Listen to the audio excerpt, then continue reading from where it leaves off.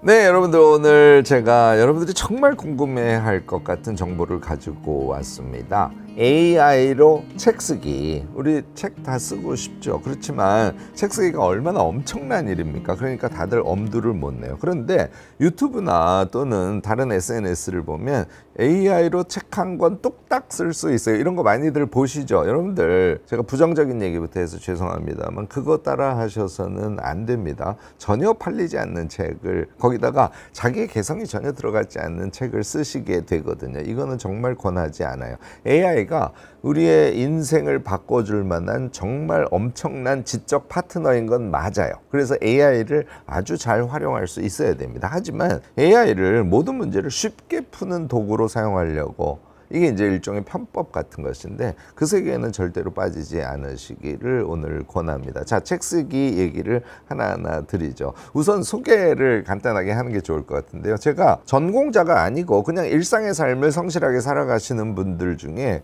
그의 경험이 책이 돼서 사람들과 사랑으로 이렇게 나누어서 볼 수 있는 그런 컨텐츠가 되면 참 좋겠다는 생각을 오래전부터 하고 있었어요. 그래서 아이캔 대학을 졸업하시는 분들에게 자기 역사 쓰기부터 시작해서 책 쓰기를 적극적으로 하도록 권유를 해왔죠. 그것을 실현하는 의미에서 제가 저서 최고의 과정이라는 과정을 운영을 했거든요. 그 일기생이 두 분 계세요. 성함은 나중에 책이 나오면 여러분들 확인하시기로 하고요. 정 선생님과 김 선생님이라는 분인데 두 분 다 글을 많이 쓰시는 분들도 아니고 책을 써본 경험은 당연히 전혀 없는 분이에요. 그런데 4개월 만에 지금 초고가 나와서 두 분 다 조판 디자인에 들어간 상태예요. 어떠세요? 이런 신뢰들이 앞으로 계속 많이 나올 겁니다. 그럴 정도로 AI는 우리가 책을 쓰는데 정말 큰 지적 동반자가 됩니다. 그러나 해서는 안 되는 건 뭐라고요? 예를 들어서 이런 거예요. 내가 인스타그램에 3만 팔로워가 되는 방법. 그래서 이 3만 팔로워가 된 상태에서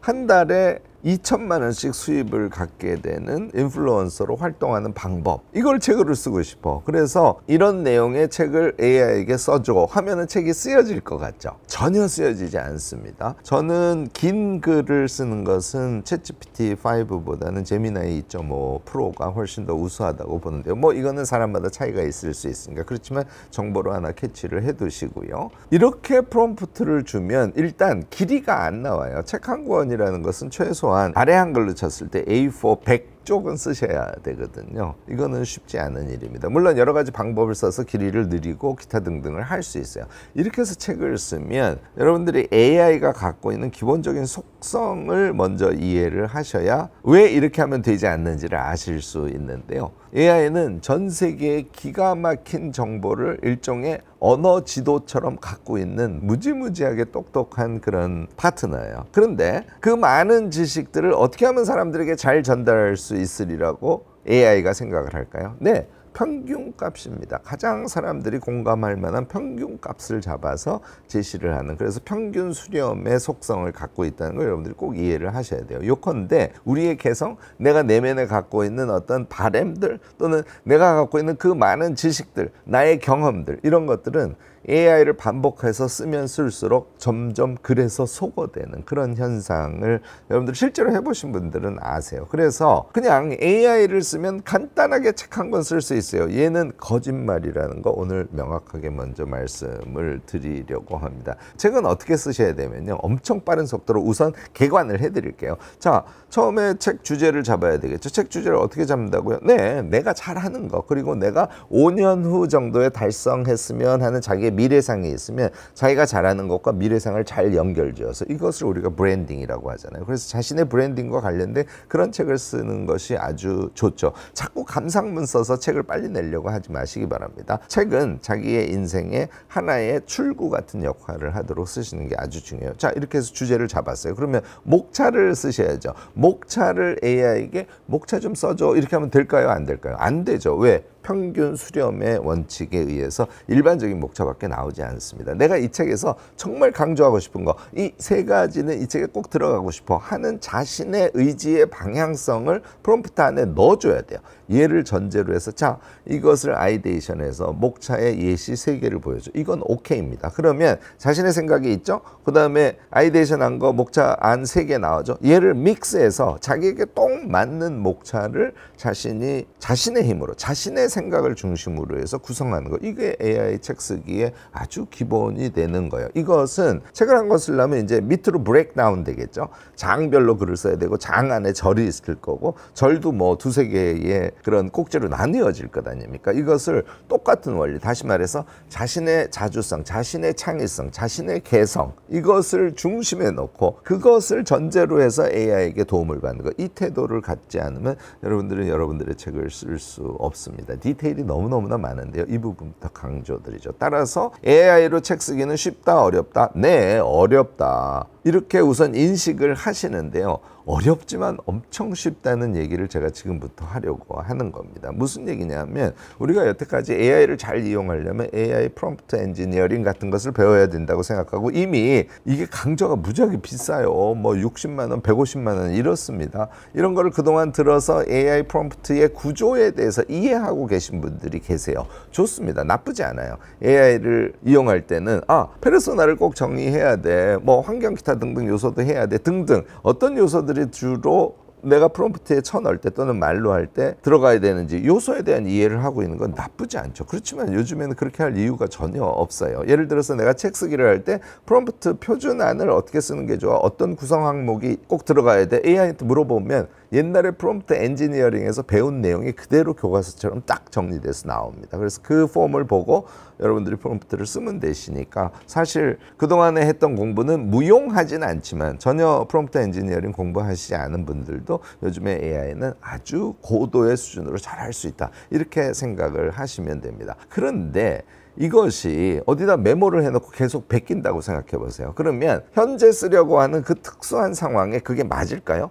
안 맞겠죠. 그러니까 프롬프트 엔지니어링은 그냥 습관처럼 몸에 붙어 있어야 돼요. 그래서 제가 여러분들께 AI와 관련해서 꼭 드리고 싶은 얘기는 AI는 지식이 아니라 습관입니다 라는 이야기를 드리고 싶은 거예요. AI를 자꾸 쓰셔야 돼요. 최소한 3개월 이상 여러분들이 수련을 하셔야만 AI가 실제 일상에 또는 지적 작업에 또는 자신이 목적하는 어떤 사업을 위해 파트너로서 제대로 역할을 한다는 걸 잊지 마시기 바랍니다. AI는 뭐다? 습관이다. 제가 이번에 AI 기록학이라는 명칭의 강좌를 열었어요. 이미 많은 분들이 수강 신청을 하셔서 1기생들이 지금 공부를 하고 있어요. 너무너무나 반갑습니다. 제가 이렇게 한 이유는 AI의 두 번째 특징 때문에 그래요. AI의 첫 번째 특징은 뭐라고? 네, 습관이 되지 않으면 AI를 잘 활용할 수 없습니다. 그 안에 개성과 주관성을 넣을 수가 없습니다 하는 얘기 기억하시죠?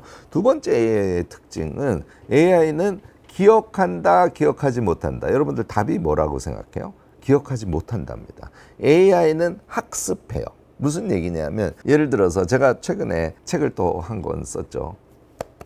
고맙습니다. 응원해 주셔서. 철학, 자유에 이르는 길이라는 책이 김영사에서 최근에 나와서 여러분들 많이 호응해 주셔서 감사합니다. 이 자리를 빌려서 감사 인사를 드리고요. 자, 이제 이 책을 냈으니까 제가 유튜브에 자주 출연을 하게 되겠죠. 그리고 제 유튜브에서도 이 책을 가지고 계속 콘텐츠를 만들어서 송출을 해요. 그러면 저는 어떻게 하고 싶을까요? 네, 제 책 내용 전체를 PDF가 됐건 뭐 아래 한글 파일이 됐건 긁어서 AI한테 집어넣어 놓고 내 책의 내용을 기억해서 앞으로 대화를 했으면 좋겠어. 이렇게 하면 기억할 것 같지 않습니까? 아니에요.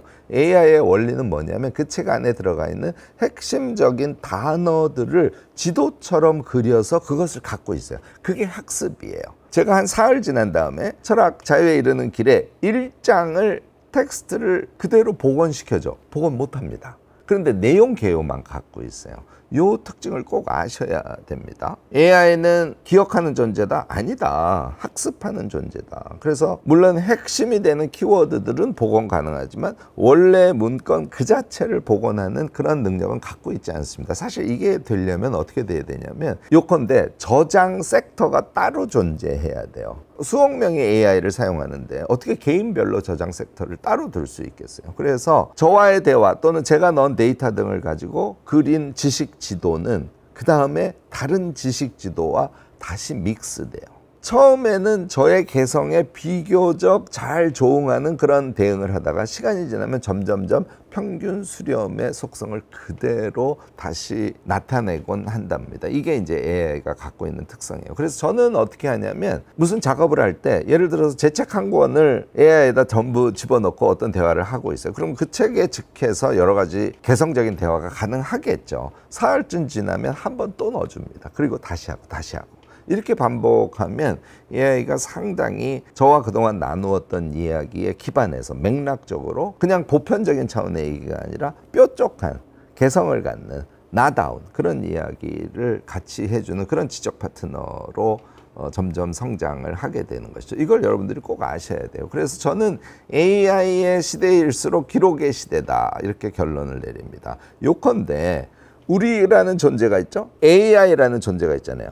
이 사이에 기록이 있어야 된다는 거예요. 메모와 기록한 객체를 노트북에 갖고 계셔야 돼요. 아까 제가 말씀드린 대로 AI랑 대화를 할 때 기록에서 나다운 내용, 자기가 그동안 구축한 지식들이죠. 그 내용을 끌고 와서 AI에 입력을 해서 AI가 나의 개성을 정확하게 인식한 상태에서, 그러니까 보편 수렴의 법칙이 조금 덜 작용하도록 해서 AI를 이용할 때 그때 창발적인 내용이 나올 수 있습니다. 자, 우리가 책을 써서 사람들에게 그 책이 정말 유용한 책이 되려고 하면 어떻게 해야 될까요? 나의 이야기를 담아야죠. 나의 개성의 이야기를 담아야죠. 내가 정말 사람들에게 해주고 싶은 사랑의 메시지들이 그 안에 고스란히 박혀야 되는데 얘가 평균 수렴을 해버리면 좋은 책이 될 수가 없죠. 또 하나, 그냥저냥한 책이 이 사람이 써도 비슷하고 저 사람이 써도 비슷한 책이 될 거 아니에요. 따라서 AI를 이용해서 여러분들이 책을 쓰실 때는 기록, AI 그리고 나라는 주체, 이 세 가지 요소가 항상 맞물려 있을 수 있도록 신경을 쓰시면서 AI를 사용하시는 것이 아주 중요합니다. 얘는 첫 번째 문제 제기하고 또 관련이 돼요. 내가 기록으로 구축한 것들을 AI에 집어넣고 대화하고 또 한 2, 3일 지나면 또 집어넣고 대화하고, 얘가 무엇이 돼야 된다? 습관처럼 돼야 되는 거예요. 얘를 한번 잊어버리고 그냥 하시지 않습니까? 예를 들어서 1장 1절에 세 꼭지의 내용을 지금부터 내가 쓰려고 해. 그러면 그 세 꼭지의 내용이 어디로 간다?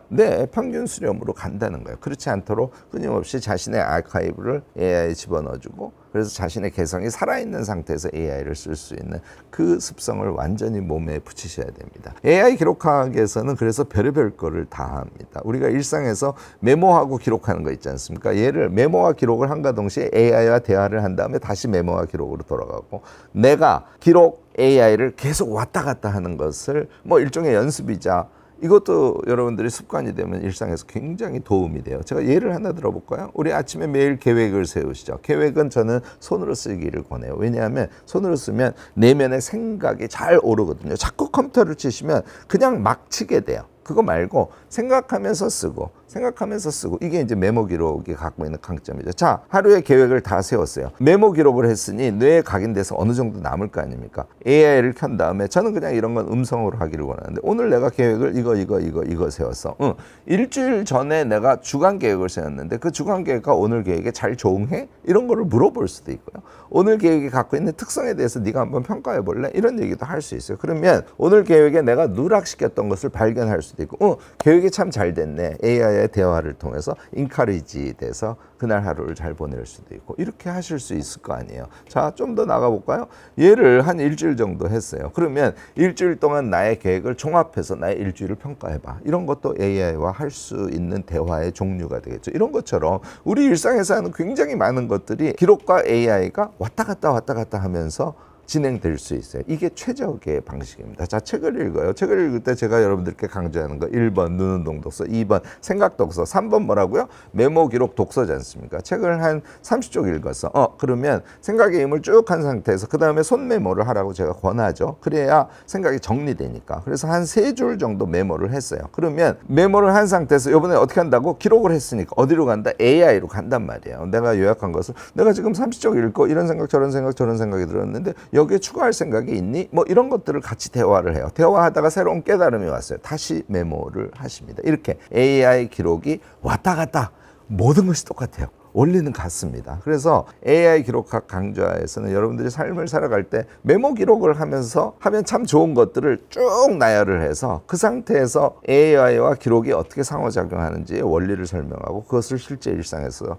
여러분들이 행위할 수 있도록 이렇게 리드를 해줍니다. 책 쓰기 할 때 이제 목차 잡는 단계에서부터 자기의 개성이 들어가는 게 엄청 중요하지 그냥 AI한테 써줘 이렇게 하면 안 된다고 말씀을 드렸지 않습니까? 이런 거예요. 제가 여러분들 조금 빠른 속도로 보시도록 하기 위해서 음성으로 그냥 입력을 하겠습니다. 예를 들어서 제가 요번에 쓴 책과 관련해서 한번 예를 들어볼까요? 이렇게 명령을 하시는 분들이 있어요. 자유에 대한 철학책을 쓰려고 해. 어떤 목차를 주면 좋을까? 이렇게 해서 답을 찾으시는 분들이 있어요. 이렇게 하면 왜 자유를 논해야 되는가? 자유의 개념과 형태, 실전 속의 자유, 정치, 사회, 윤리, 자유의 한계와 미래 이렇게 나오거든요. 어때요? 너무 제가 빨리 얘기해서 감이 화가 오지 않을 수는 있는데 그럴듯하지만 이건 너무 일반적이죠. 자유에 대한 책이 될 수 없죠. 자기가 이미 어느 정도의 책을 내려고 하는 목적과 지식을 갖고 있으면 전혀 달리 요청을 할 겁니다. 그냥 한 방에 하는 거로 보여드릴게요. 저는 이럴 것 같아요. 자유하면 존 스튜어트 밀이 꼭 들어가야 될 것 같고 거기에서 정신 그리고 행위 그리고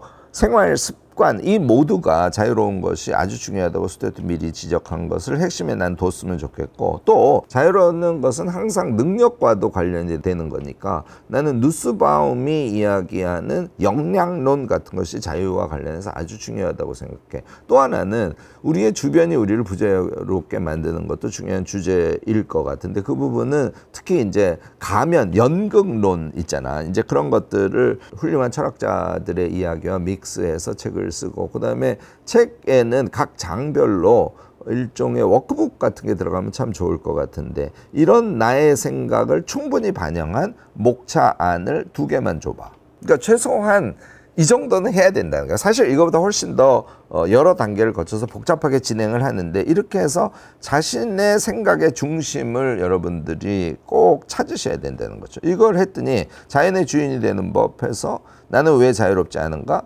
그 다음에 정신의 자유, 행동의 자유, 생활습관의 자유 이 3가지 내 생각을 그대로 담았죠. 그 다음에 2번째 목차는 자유는 왜 이렇게 어려운가?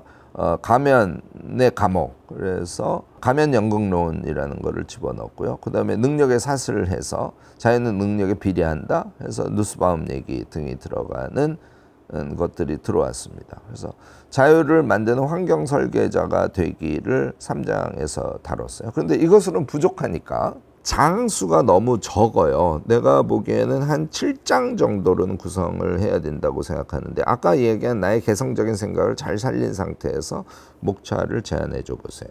이렇게 계속 수정을 해가는 거죠. 1부에서 가면 얘기 다루고 2부에서 자유의 능력 얘기 그 다음에 행동이 주인이 되는 선택 훈련 그 다음에 이제 습관과 관련된 거 5장 그리고 마지막 결론의 6장에서 나의 삶, 나의 자유를 찾아서 이런 작업을 계속 반복하면서 한편으로는 메모를 하시는 거예요. 자기의 마음에 드는 목차가 나올 때까지 AI의 도움을 받고 그 다음에 자신의 생각을 집어넣고 이렇게 해서 책 작업을 출발을 하고요. 자, 책을 쓸 때는 자기다운 글이 또 나와야 되지 않습니까? 그럴 때는 자기가 이미 쓴 글이 있어야 자기다운 글을 쓰겠죠. 그러면 컴퓨터에 자신의 아카이브가 잘 정리가 되어 있어야 된다고 말씀을 드렸지 않습니까? 자, 제 노트북을 보면 이렇게 프로젝트 A 일상 영역 에어리어라 그랬죠. 그 다음에 리소스 그리고 아카이브 도서관 아카이브라고 저는 이름을 붙였습니다. 이렇게 이제 폴더로 정리가 되어 있으니까 이 중에 내가 기존에 썼던 글을 AI에 넣어주고 이 문투로 써달라고 할 때는 이렇게 파라 구조의 아카이브 정리가 확실히 되어 있어야 된다는 것이죠.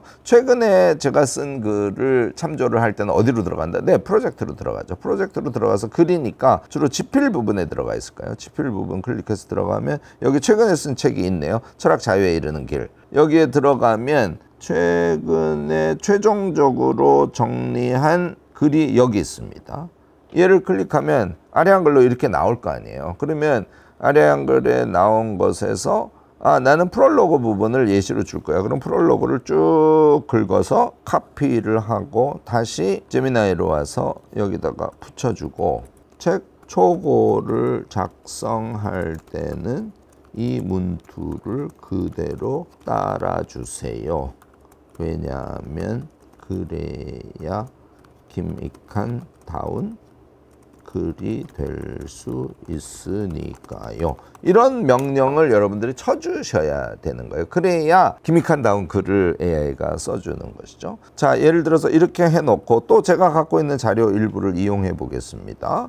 이번에는 아카이브로 들어가 볼까요? 아카이브에 있는 나의 강의한 일부를 글로 쓰고 싶어요. 그러면 강연을 하나 선택해 보겠습니다. 강연 중에서 AI에 대한 게 있네요. AI에게 당신의 지성을 외주지 마라. 기록하고 올려서 AI를 지배하는 법이라는 내용의 강의를 제가 한 적이 있습니다. 얘를 쫙 한꺼번에 긁어요. 네, 개조식을 이렇게 올리고 그 앞에 제가 쓴 글 하나를 넣어줬지 않습니까?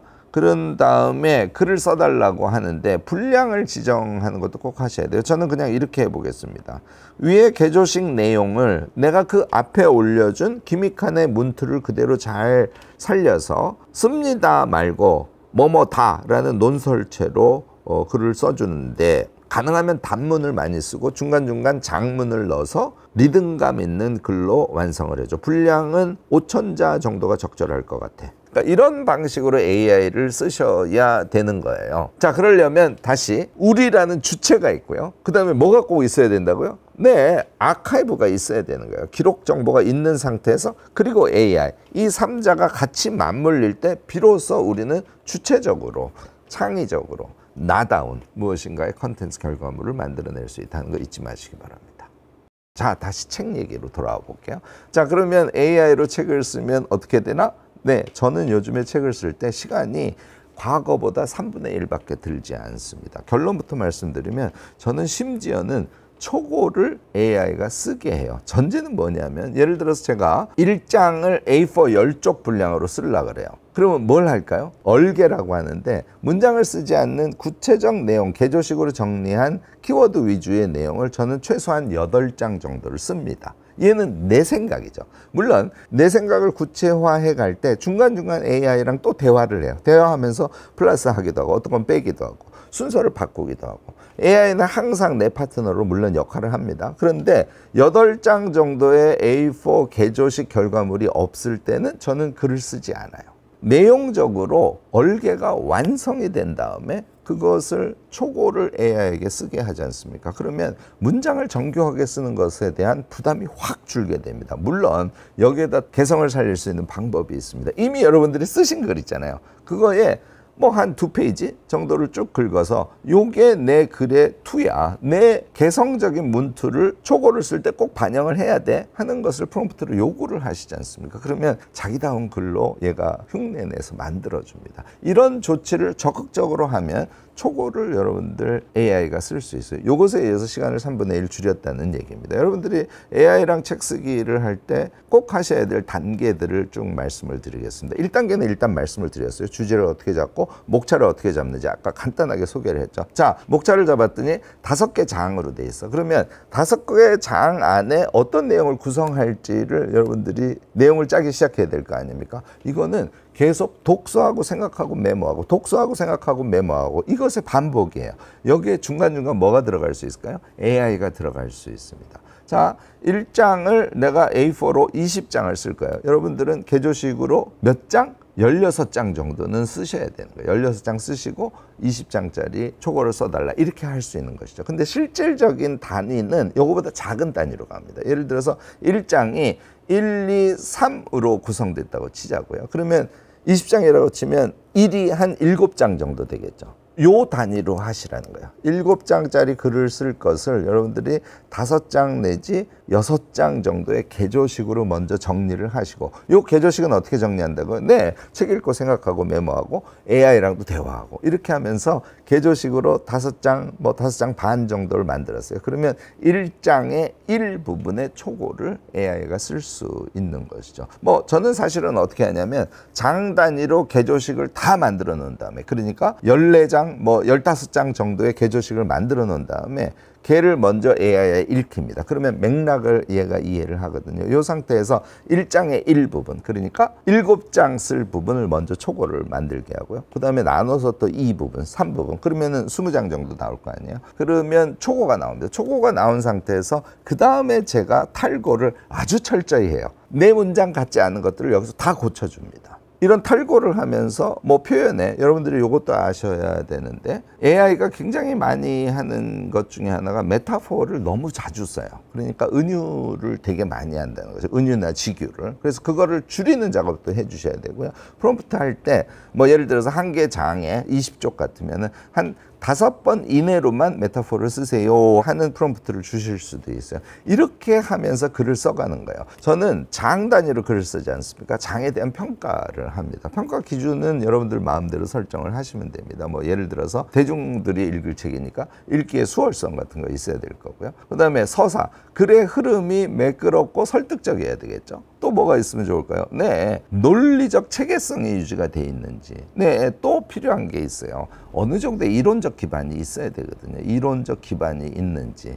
마지막 하나는 메시지의 대중적 유용성이 있는지, 이런 것을 기준으로 설정을 하시고요. 이 5가지 기준에 20점씩 배점을 해서 총 100점 만점에 평가를 해주세요 하면 기가 막히게 평가를 합니다. 여러분들이 첫 평가를 했는데 90점이 넘으셨으면 AI를 기가 막히게 이용하고 자신의 개성을 살린 글을 썼다, 이렇게 보셔도 됩니다. 그런데 뭐 92점이 나와도 무엇이 부족한지가 거기 쭉 나오거든요. 그럼 부족한 거를 보고 이 부분은 나도 생각을 못한 것인데 개선이 됐으면 좋겠네. 그러면 글을 집어넣어 놓고 그 부분을 어떻게 개선해 달라는 요구를 AI에 하면은 저거가 진화되겠죠. 그 상태에서 다시 탈고를 적극적으로 하고, 이런 방식으로만 하셔도 책 쓰는 시간을 여러분들이 3분의 1 정도로 줄일 수 있습니다. 또 한 가지 굉장히 중요한 것은 이렇게 기록과 AI를 반복해서 이용을 하시지 않습니까? 완성된 문장을 써야 된다는 부담감이 마음에서 확 줄기 때문에 오히려 내용성에 훨씬 더 집중을 하게 된다는 장점이 있어요. 또 과감하게 어떤 요소 같은 것들을 집어넣는 그런 것도 여러분들이 잘 하실 수 있고요. 저는 책 쓰시는 여러분들, 또는 책을 못 쓴다고 현재 자기를 규정하고 계신 분들, 책 쓰기가 이렇게 편해졌기 때문에 AI를 이용해서 책 쓰기를 적극적으로 시도해 보시기 바랍니다. 이해를 하시려면 어떻게 해야 된다고요? AI 기록학을 마스터 하셔야 되는 거예요. AI 기록학은 핵심은 AI를 습관처럼 이용하는 사람, 그래서 자동으로 프롬프트가 엔지니어링 된 상태에서 툭툭 튀어나오도록 자신의 손가락, 머리의 능력을 평상시에 키워놓는 것, 이것이 관건이라는 말씀을 드립니다. 자, 마지막으로 한 가지.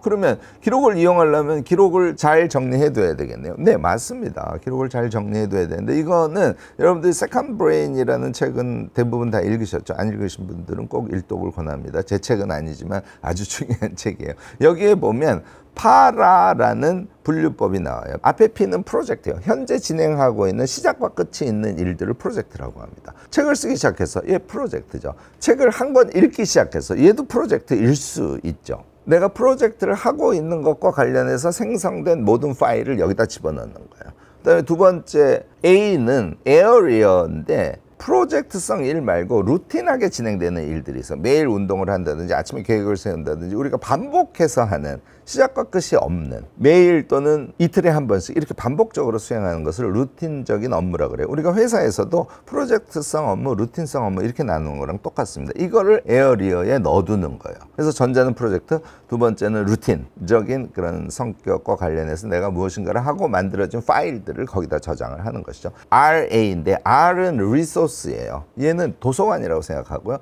A는 아카이브의 준말입니다. 그러니까 프로젝트에서 만들어진 거는 대체로 아카이브로 이관이 되고요. 에어리어나 프로젝트를 진행하면서 여러분들이 참고 자료로 쓴 논문이라든지 이런 자료들이 있지 않습니까? 그거는 에어리어나 아카이브를 하면서 사용을 할 때는 그 폴더에다 집어넣고 작업이 끝나면 얘를 리소스와 아카이브 폴더로 옮기는 거예요. 이걸 이제 이관체계라 그러는데 기록학의 ABC입니다. 얘를 노트북에서 항상 구현을 해 두셔야 돼요. 그러면 어떻게 될까요? 네, 우리가 책을 쓸 때 어떤 리소스를 참고해줘 하면 리소스를 리소스 폴더에서 빼서 AI에다 집어넣고 참고하라고 명령을 할 수 있죠. 또 아까 제가 글을 쓸 때 자기식의 글을 쓰고 싶을 때는 예전에 써놓은 글 중에 제일 마음에 드는 거 하나를 넣고 이 어투로 써줘 하고 하라고 했지 않습니까? 기록을 금방 찾을 수 있어야 돼요. 그래서 여러분들 오늘 제 이야기를 듣고 파라 분류 시스템을 노트북 안에 꼭 구현을 해 두시기 바랍니다. 물론 요거 시간이 좀 걸립니다. 파일 정리하는 작업이니까. AI 기록학 수업에서 이런 부분을 체계적으로 다루니까 여러분들 적극적으로 수강들을 해 주시고요. 수강을 하지 않더라도 오늘 제 얘기를 아주 잘 기억을 해 두시기 바랍니다. AI를 잘못 이용하면 AI에 종속되는 자신의 결과물이 나와서 자기는 빚을 발할 수 없어요. 회사에서 프로젝트 기획서를 냈습니다. AI한테 그냥 프로젝트 기획서를 내라고 하면 자기 개성이 있다 없다 없습니다. 그러니까 어나더 레벨이 될 수는 없는 거예요. 프로젝트 기획서를 못 쓰는 사람보다는 평균적 수준으로 잘 낼 수 있지만 그 이상은 못 한다는 거예요. 그걸 하기 위해서는 여러분들 나 자신의 독창적인 생각, 기록, AI 이 세 가지를 항상 잘 융합해서 사용할 수 있는 사람이 되어야 한다. 이 얘기 꼭 잊지 말고 하시기 바랍니다. AI로 책 쓸 수 있다. 네, 책 쓸 수 있습니다. 그렇지만 오늘 제가 얘기한 것을 원칙으로 적용하면서 썼을 때만 사람들에게 호응받는 아주 훌륭한 책을 쓸 수 있다 하는 거 잊지 마시고요. 여러분들 유튜브나 SNS 홍보에서 AI로 뚝딱 일주일 만에 책 한 권 쓰는 거 1도 아닙니다. 이거 믿으셔서는 안 된다는 거 오늘 잊지 마시기 바랍니다. 여러분들께 사실 오늘 영상은 책 쓰기를 더 적극적으로 권하기 위해서 한 거예요.